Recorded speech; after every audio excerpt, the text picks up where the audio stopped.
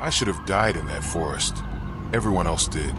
I remember the tape, yellow, torn, fluttering against the trees like something alive. A backpack left open in the dirt. The color drained from it, soaked through. The smell of ash mixed with damp leaves. They said it was an accident, but accidents don't leave claw marks on bark or footprints that circle back. I told them what I saw. They didn't believe me. No one ever does. They think I'm lucky to have made it out. They don't understand. No one makes it out. Not really. I wasn't supposed to be there. I was a film student chasing a story, a local legend, something to fill the final project reel. The forest had a name people avoided saying out loud. Most just called it the stretch. They said campers vanished there. Not once, not twice, every few years. Always the same season. Always the same trail. Some called it superstition. Others swore they'd seen lights moving between the trees, soft white, like lanterns held by invisible hands. I'd read the stories online. The one about the woman who cried at 3 in the morning, her voice drifting across the valley. The midnight whistler, a sound said to echo before someone disappeared. Locals treated it like background noise, the kind that's safer to ignore. When I arrived, the trailhead was empty. No rangers, no parked cars, just a rusted sign leaning sideways, half buried in weeds. The words barely visible through the dirt. Restricted area, enter at your own risk. Elle stepped past it away. We weren't thrill seekers. We weren't ghost hunters. We were students, one story away from a passing grade. 3 of us thought we could make a documentary out of an old local myth. Daniel was the skeptic. He joked the whole drive up, saying the forest was just trees and bad Wi-Fi. Maya, the believer, didn't laugh much. She carried a small cross on her neck and kept glancing at the tree line even before we arrived. And then there was Levi, the one behind camera. He didn't talk unless the record light was on. We started the day like any other project, mapping shots, testing mics, checking the drone. The sun was still high, the air heavy with that kind of quiet that doesn't feel natural. Daniel cracked jokes about ghosts needing better marketing. Maya told him to stop. We didn't notice when the forest began to change. The birds stopped first, then the insects. Our laughter trailed off, slow, awkward. That was our last normal moment. After that, nothing sounded right anymore. By the time the sun dropped, the forest felt different. The air moved in slow, heavy breaths, like the trees were alive and waiting. Every step we took sounded too loud, too close. Even our breathing seemed to echo back at us. Maya said the air felt colder, like it was pulling heat from her skin. Daniel laughed, said it was just altitude. But then we heard it, footsteps. Not behind us, not ahead, just around. We called out. No answer. Only the wind shifting direction, whispering through leaves like voices that never finished their sentences. Levi said his screen flickered. A brief light, movement just at the edge of the frame. He rewound it. Nothing there. Then Maya froze. Her voice dropped. Do you hear that?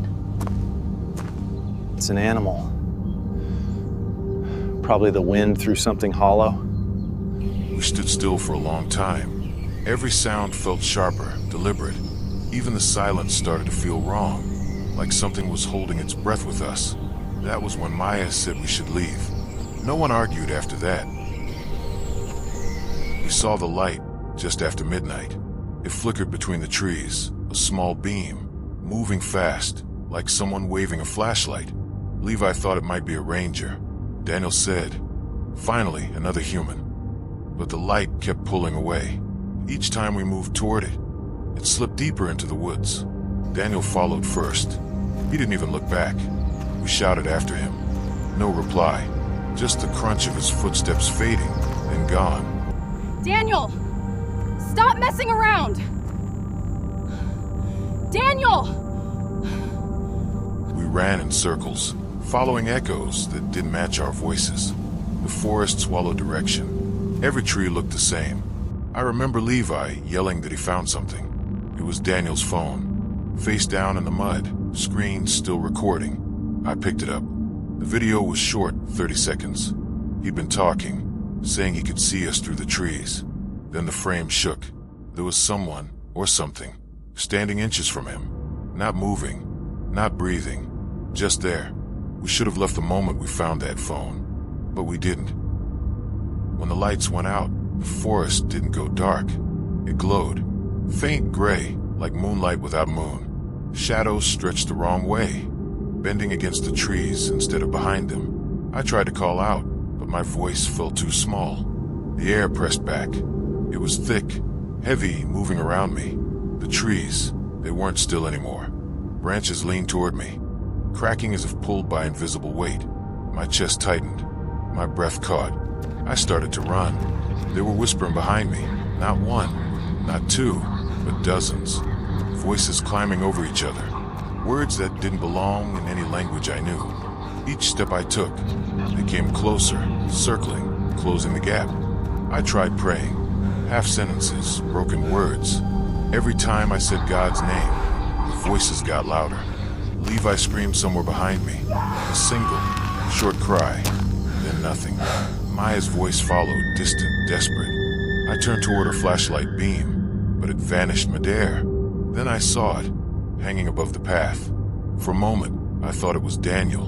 Then the camera adjusted, and it was me. My own face, lifeless, swinging in the dark. The ground shifted under me. My knees gave out. I remember crawling, the dirt cold and wet, trying not to look again. The voices were laughing now, soft, breathy laughter overlapping until it became static. The forest wasn't keeping us out. It was holding us in. I kept walking until the voices thinned out. The trees opened into a small clearing, dead quiet. No wind, no insects, just the smell of burnt wood. In the middle of the clearing, there was a circle made of stone. Ashes piled high, gray and wet. Half-melted candles sunk into the dirt. Scattered around them, photographs. Old, curled, faces half burned away. Some looked recent. There were symbols carved into the stones. Not letters, not words. They looked like eyes.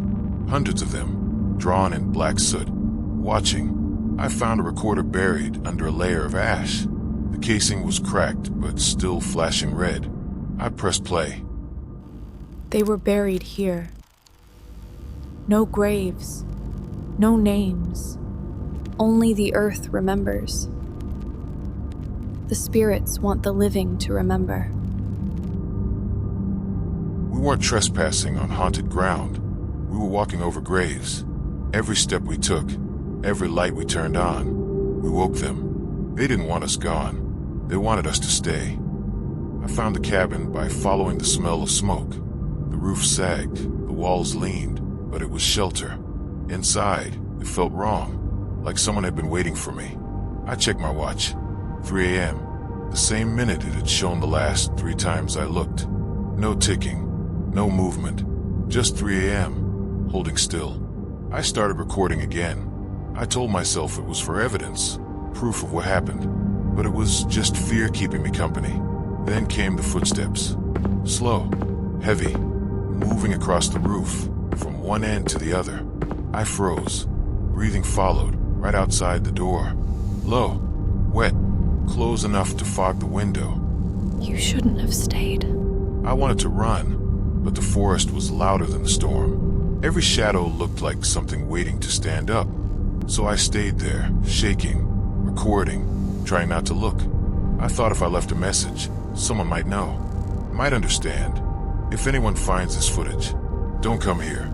They don't let you leave. When I opened my eyes, the rain was gone. Light pushed through the cracks in the cabin wall, cutting thin lines across the floor. Everything looked untouched. No footprints, no ashes, only calm. They found me sitting on the steps, holding the camera. They said I'd been missing 2 nights. I don't remember the second. One of them asked what happened. I told him I made it through the night. He smiled, said I was lucky. I didn't correct him.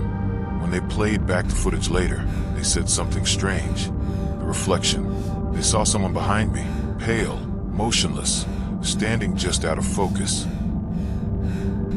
I looked, and for a second, I saw it too. My own outline, watching from behind my shoulder. Same clothes, same wound on the hand, but the eyes weren't mine. They say I survived the night, but I never really left the forest.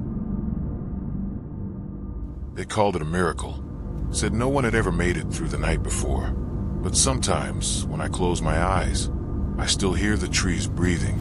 Would you spend one night there for $10 million? Would you stay in that forest just to uncover the truth? If you think you could, type in away in the comments. Let's see who's brave enough to say yes. I thought the sun meant it was over, but the light doesn't reach everywhere. Not here. You promised you'd stay till dawn. If you made it this far, you stayed longer than most. Subscribe before the next night begins.